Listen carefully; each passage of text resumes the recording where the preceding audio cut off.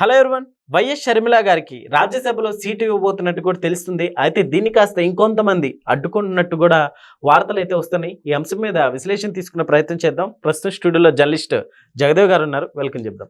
Hello sir. Hi Zakir. Sir, Sharmila గారికి రాజ్యసభలో seat అంటే ఎలాంటి సీటు అని దీన్ని అడ్డుకుంటుంది ఎవరు? అడ్డుకుంటున్నారో లేదో తెలియదు, కానీ పిసిసి అధ్యక్షురాలు చేసిన తర్వాత ఆవిడ చాలా కష్టపడి తిరిగారు ఆంధ్రప్రదేశ్లో మొన్న 24 ఎన్నికలకు సంబంధించి.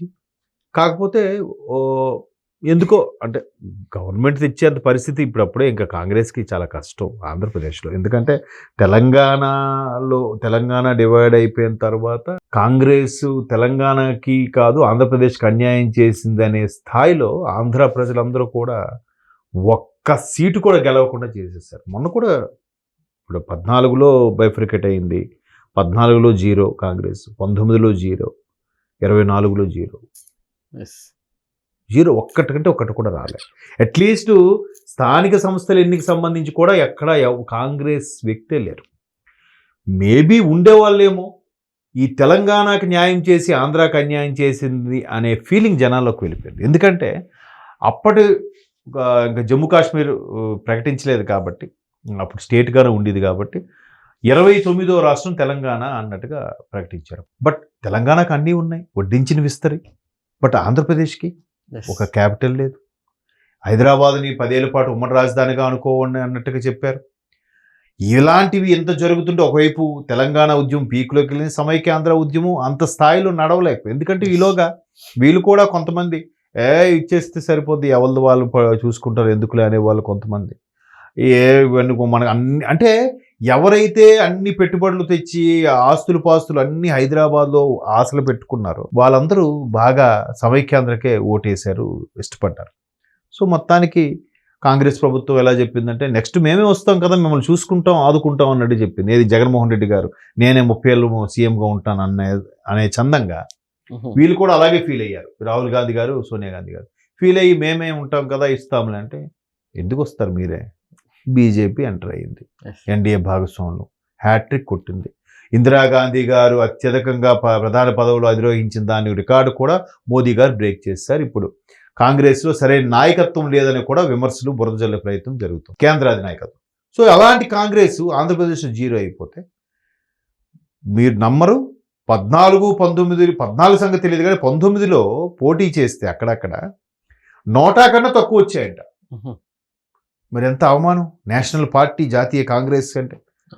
ఎప్పుడైతే షర్మిల గారు పిసిసి అధ్యక్షురాలు అయ్యారో ఇప్పుడు మొన్న 24లో పర్వాలేదు మమ అనిపించుకుంది. అంటే 100 కన్నా బెటర్గా ఓటింగ్ వచ్చింది బికాస్ ఆఫ్ షర్మిల గారు అనుకోవచ్చుగా మనం. సో అంతకుముందే ఈవిడ అన్నతో విభేదించి తెలంగాణ వచ్చి తెలంగాణలో వైఎస్ఆర్ తెలంగాణ పార్టీ ఏదో పెట్టి అప్పటి ముఖ్యమంత్రి కేసీఆర్ గారికి యాంటీగా పనిచేస్తూ చాలా అగ్రెసివ్గా పనిచేసిన షర్మిల గారు ఆవిడ దాన్ని చైతన్య రథం కూడా తగలబెట్టేశారు. చాలా ఇష్యూ జరిగాయి, ఆవిడ హౌస్ అరెస్ట్ చేశారు. చాలా ఆవిడతో పాటు విజయమ్మ గారు కూడా పాల్గొనేవారు కొన్నిసార్లు, ఆవిడ కూడా హౌస్ అరెస్ట్ చేశారు. ఇంత జరిగిన తర్వాత కాంగ్రెస్ ఎన్నికల ముందు కాంగ్రెస్లో విలీనం అయిపోతుంది లేదా కాంగ్రెస్తో టైఅప్ అయి తెలంగాణ పోటీ చేస్తుందనే వార్తలు వచ్చాయి. మరి ఏం జరిగిందో తెలియదు, మొత్తానికి కాంగ్రెస్లో విలీనం చేసేశారు. ఆవిడ ఆంధ్రప్రదేశ్ పిసిసి అధ్యక్షురాలుగా వచ్చారు. వచ్చిన తర్వాత కడప నుంచి పోటీ చేశారు. బట్ అప్పటికే ఆవిడకి కడపను పోటీ చేస్తే నిజంగా కొంగు చాచి అర్థించారు. ఈవెన్ విజయం కూడా ఏం చెప్పారు, రాజశేఖర రెడ్డి గారి యొక్క భావాలతో రాజశేఖర రెడ్డి గారి యొక్క పోరాట పటిమ కానీ రాజశేఖర రెడ్డి గారి యొక్క భావజాలము, ఈ ధ్యేయం ఏదైతే ఉందో పేదవారి కోసం అదంతా పుణికిపుచ్చుకున్నది షర్మిలమ్మను గెలిపించండి కడపలో అని విజయమ్మ గారు ఒక వీడియో కూడా రిలీజ్ చేశారు. అయినప్పటికీ ఇంకా అక్కడ ఉన్న కొంతమంది మేధావులు, మహానుభావులు అవినాష్ రెడ్డి గారిని గెలిపించారు, అది వేరే విషయం. అప్పుడు షర్మిలమ్మ గారు ఓడిపోయిన తర్వాత ఆమెకి రాజ్యసభ ఇస్తారని అప్పుడే అనుకున్నారు, ఇది 24లోనే. బట్ ఏం ఎలా జరిగిందో డ్రాగన్ అవుతూ వస్తుంది. మరోవైపు షర్మిల గారు యాక్టివ్గా లేరు, పార్టిసిపేట్ చేయట్లేదు అని అంటున్నారు. కానీ ప్రభుత్వం ఫామ్ అయినప్పటి నుంచి కూడా ఆవిడ ప్రెస్ మీట్ పెట్టి కూడా అది చెప్పింది, ఇప్పుడు మాకు ఒక్క సీటు కానీ ఏమి రాలేదు, కానీ ప్రభుత్వం ఏదైనా అనుకున్న హామీలు నెరవేర్చకపోతే మాత్రం ఖచ్చితంగా వస్తాం, ఒక 6 నెలలు గడువిస్తాం, కూటమి ప్రభుత్వం సరిగ్గా పనిచేయకపోతే ప్రశ్నిస్తామని కూడా అన్నారు. మేబీ ప్రశ్నించట్లేదంటే కూటమి ప్రభుత్వం అన్ని రకాలుగా వెళ్తుంది కూడా. ఎందుకంటే మొన్న వైసీపీ వాళ్ళు కూడా సర్వే చేయించుకుంటే కూటమి ప్రభుత్వం ఫేవర్గా ఉందనే సర్వే వచ్చిందంట. దాన్ని కక్కలేక మెంగలేక వీళ్ళు యాంటీగా ట్రోల్స్ చేసుకుంటున్నారు, పక్కన పెడితే. సో అటువంటి షర్మిలమ్మ గారికి పిసిసి అధ్యక్ష పదవి ఉన్నా కూడా చక్కగా మాట్లాడగలి జనాల్లోకి వెళ్తుంది. ఏదైతే కూటమి ప్రభుత్వం అలాగే చెప్పిందో జగన్మోహన్ రెడ్డి గారి మీద కూడా అలాగే ఉంది. నాకే కానీ గెలిపించుంటే నేను ఒక్క సీట్ అని నేను వెళ్ళేవాడిని అసెంబ్లీలోకి, మిమ్మల్ని గెలిపించుకుంది ఎందుకు ప్రజలు. నిన్న మొన్న కూడా ఒక స్టేట్మెంట్ ఇచ్చారు ఆవిడ, మీకు అధికారం పరిపాలన చేత కాలేదు, మీకు ఎంతసేపు ఇంట్లో కూర్చొని బటన్ నొక్కడం తప్ప ఏం చేశారు మీరు, ప్రజల్లోకి రండి, కార్యకర్తలు రండి, మీకు తెలుస్తుంది, అర్థమవుతుంది, ఇకపై మీరు ఇలాగైతే వచ్చే అవకాశాలు కష్టం అంది.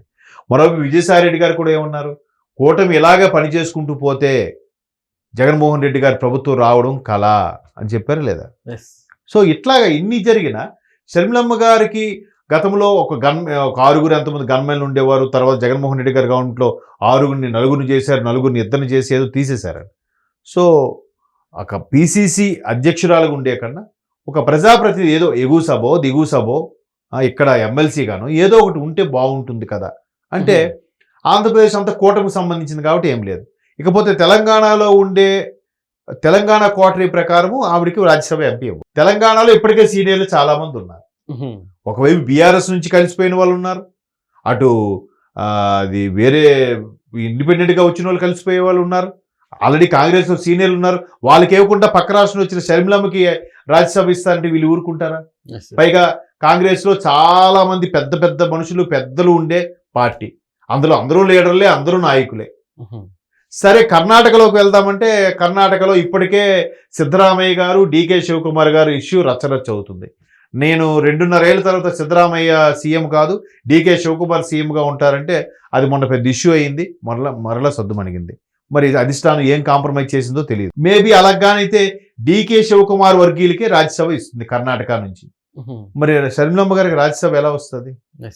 లేదా ఉత్తర భారతదేశంలో ఏవో కొన్ని కేటగిరీలు చూసుకొని కాంగ్రెస్ పాలిత ప్రాంతాల రాష్ట్రాల్లో సంబంధించిన ప్రజాప్రతినిధులు, ఎమ్మెల్యేలు, ఎమ్మెల్సీలు వాటి ఓటింగ్ ప్రకారం రాజ్యసభకి సుమారుగా కాంగ్రెస్ తరఫున ఒక 4-5 ఉన్నాయంట.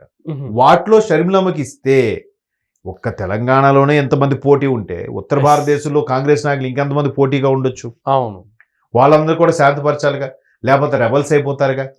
పైపెచ్చు రేపు 4-5 రాష్ట్రాలకు ఉప ఎన్నికలు ఉన్నాయి. ఏది కేరళ, తమిళనాడు, వెస్ట్ బెంగాల్ రాష్ట్రాలకి ఎన్నికలు ఉన్నాయి, సార్వత్రిక ఎన్నికలు. మరి వాటిని దృష్టిలో పెట్టుకొని ఆయా రాష్ట్రాల వ్యక్తులకి రాజ్యసభ ఇస్తే ఓటింగ్ కొంతైనా పెరుగుతుంది. మళ్ళీ ఈవిడికి ఆంధ్రప్రదేశ్ సంబంధించిన ఈవిడికి ఓటింగ్ రాజ్యసభ ఇస్తే ఎక్కడ బెనిఫిట్ ఉంటుంది? తమిళనాడులోనా, కేరళలోనా, వెస్ట్ బెంగాల్లో చెప్పలేం కదా.